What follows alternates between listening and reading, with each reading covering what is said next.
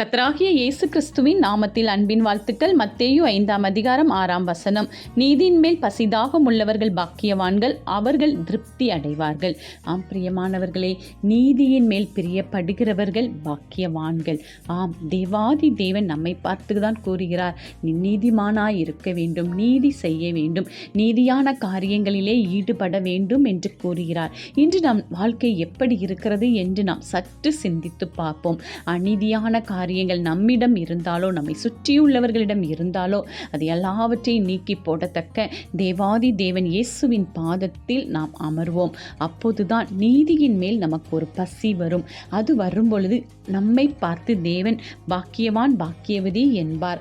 ஆம், நாமும் திருப்தியுள்ள வாழ்க்கையை பெற்றுக்கொண்டு தேவ சமூகத்தில் அவரை நோக்கி பார்ப்போம். தேவாதி தேவன் நீதி செய்து நம்மை திருப்திப்படுத்தி எல்லா காரியத்திலும் தேவன் நம் கரங்களை பிடித்து நீதியுள்ள நியாயாதிபதியாக இருந்து நம்மை வழிநடத்துவார். ஆமென்.